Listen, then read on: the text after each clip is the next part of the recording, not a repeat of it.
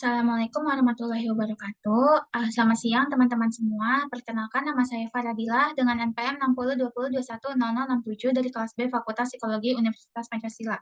Pada siang hari ini saya akan memaparkan sebuah materi mengenai 3 alat tes, yaitu Dragon Test, Madeline Thomas Stories, dan House Person atau yang disingkat HTP, guna untuk memenuhi nilai evaluasi akhir semester asesmen kepribadian. What we will discuss, yang pertama ada sejarah dan tujuan, yang kedua ada administrasi tes, yang ketiga ada instruksi, yang keempat ada scoring, dan yang kelima ada interpretasi. Oke, langsung saja kita masuk ke pembahasan yang pertama, yaitu Dragon Test. Sejarah Dragon Test. Dragon Test adalah salah satu teknik tes proyeksi yang digunakan untuk mengukur kemampuan kognitif seseorang. Tes ini pertama kali dibuat oleh Judy Lammers van Buren-Smith. Dragon Test merupakan tes gambar yang mengharuskan peserta untuk menggambar seekor naga. Tes ini dikembangkan pada tahun 1948 oleh Leopold Belloc dan Sonia Sorel Belloc. Awalnya tes ini digunakan untuk mengukur kemampuan kognitif anak-anak, namun kemudian juga digunakan untuk mengukur kemampuan kognitif orang dewasa. Tujuan dari Dragon Test ini yang pertama digunakan untuk anak-anak, icebreaker atau raktor.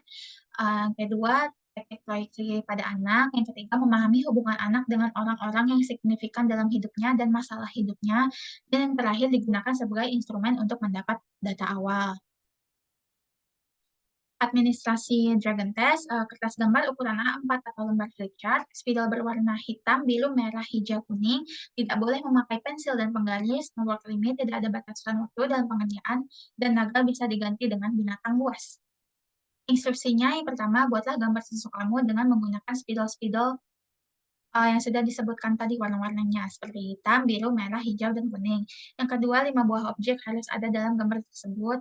Yang ketiga, yang harus ada dalam gambar tersebut itu rumah, pohon, matahari, kolam, atau danau, dan seekor naga. Dan yang terakhir, buatlah dengan cara yang kamu sukai, tetapi cobalah untuk membuat kelima objek tersebut dalam gambar. Diulangi kelima objek, tetapi dengan urutan yang berbeda. Interpretasi objeknya, rumah menggambarkan peran ibu, matahari menggambarkan peran ayah, naga menggambarkan agresi, kebencian, permusuhan, kehendak, pohon menggambarkan diri sendiri, kolam atau danau menggambarkan emosi, perasaan, dan sensitivitas.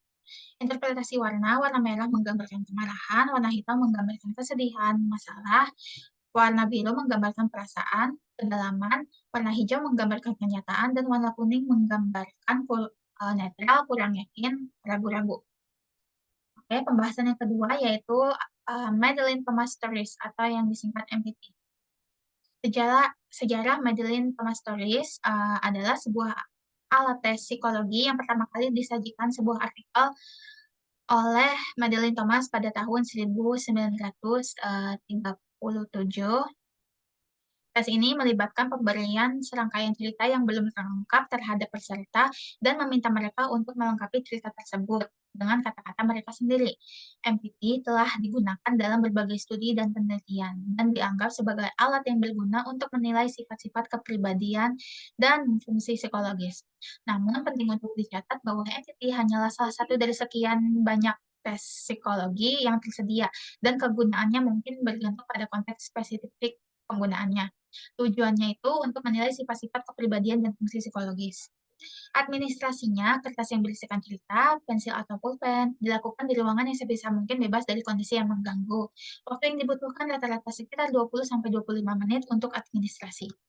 Instruksinya itu membangun raport, yang kedua setelah hubungan atau raport terjalin dengan baik, pemeriksa memulai dengan kata-kata, kami akan menceritakan beberapa cerita. Saya akan memulainya dan Anda akan menyelesaikannya. Ini tidak sulit, kalian akan lihat. Penguji membaca cerita pertama dengan lambat. Jika respon anak adalah hanya asal-asalan, pemeriksa menggunakan pertanyaan lanjutan atau komentar seperti mengapa atau lalu apa yang terjadi. Oke, pembahasan yang terakhir itu ada Hush Person atau HTP. Sejarah House Person, HTP pertama kali diperkenalkan oleh John N. Bach pada tahun 1948 dan telah mengalami beberapa kali revisi. Pada tahun 1948 sampai 1949 dan 1969 revisi oleh Bach dan Hammer, dan tahun 1992 revisi oleh Bach dan Warren. Tujuannya ini dirancang untuk membantu dokter dalam memperoleh informasi mengenai individu, kepekaan, kedewasaan, fleksibilitas, efisiensi, tingkat integrasi kepribadian dan interaksi dengan lingkungannya, memberikan konteks terstruktur untuk proyeksi materi bawah sadar, dan yang terakhir mengukur aspek kepribadian seseorang melalui interpretasi gambar dan tanggapan terhadap pertanyaan. Administrasinya yang pertama kertas HVS ukuran kuarto atau A4, pensil warna atau krayon, meja dan kursi, ruangan tertutup nyaman, minim stimulasi, pada dasarnya tidak ada batas waktu, biasanya 150 menit. Instruksinya, gambarlah rumah, pohon, dan orang. Setelah selesai menggambar, tanyakan siapa yang tinggal di rumah tersebut, apa mereka bahagia, apa ada yang datang ke sana, eee terus tanyakan ini pohon apa, seberapa tua, apa ada yang memotong, terus tanyakan juga siapa orang ini, berapa umurnya, apa yang disukai dan tidak disukainya. Interpretasinya, rumah menggambarkan kehidupan sosial terutama pada kontak atau interaksi interpersonal, merupakan simbol dari peran ibu sebagai pelindung dan pemelihara, penampakan rumah secara keseluruhan, keseluruhan fungsi ibu serta gambaran sikap hubungan interpersonal subjek, refleksi diri subjek atau sebagai potret pengalaman di masa lalu subjek pada keluarga serta aspirasinya pada keluarga. Gambar terlalu kecil, menggambarkan menolak kehidupan keluarga, terlalu besar overwhelm. Pohon itu, interaksi kehidupan, vitalitas, atau peranan hidup individu yang bersangkutan dalam hubungan dengan kemampuan yang dimilikinya. Yang kedua, simbol peran dari figur ayah.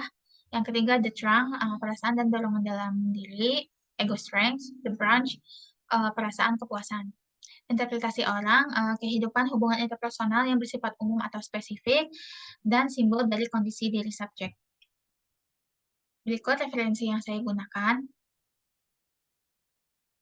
Sekian, terima kasih. Kurang lebihnya mohon maaf. Wassalamualaikum warahmatullahi wabarakatuh.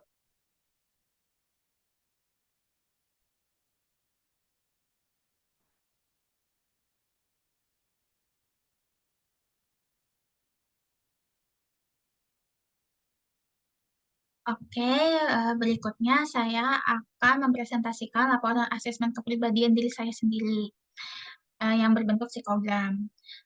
Pada kali ini saya mengambil alat tesnya dari Papikostik. Ya, aspek psikologis, arah kerja, menyelesaikan tugas secara mandiri, saya mendapatkan skor 4, peranan pekerja keras saya mendapatkan skor 4, dan hasil berprestasi saya mendapatkan skor 5. Kepemimpinan, peranan sebagai pemimpin saya mendapatkan skor 1, mengendalikan orang lain saya mendapatkan skor 1, dan mudah membuat keputusan, saya mendapatkan skor 3. Kemudian ada aktivitas, tempo kerja saya mendapatkan skor 3, eee, peran penuh semangat atau stamina saya mendapatkan skor 4.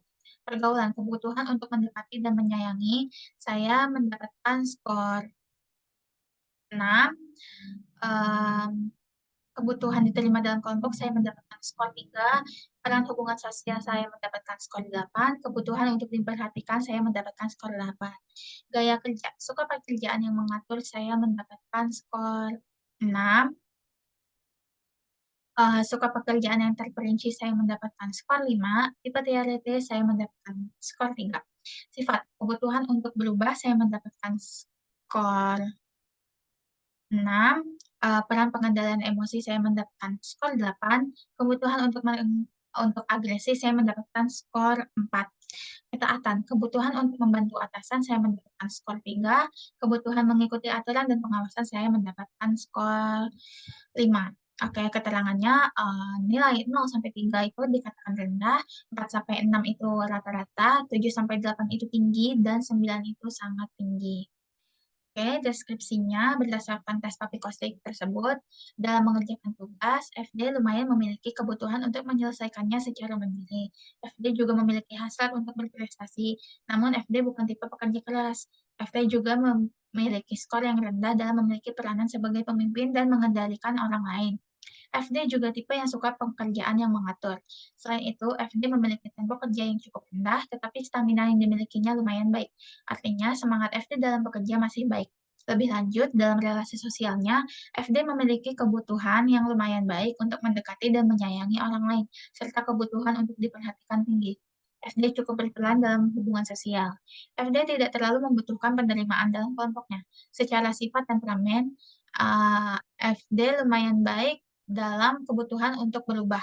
Dalam pengendalian emosinya, FD memberi skor yang cukup tinggi dan tidak terlalu agresif. Sekian, terima kasih.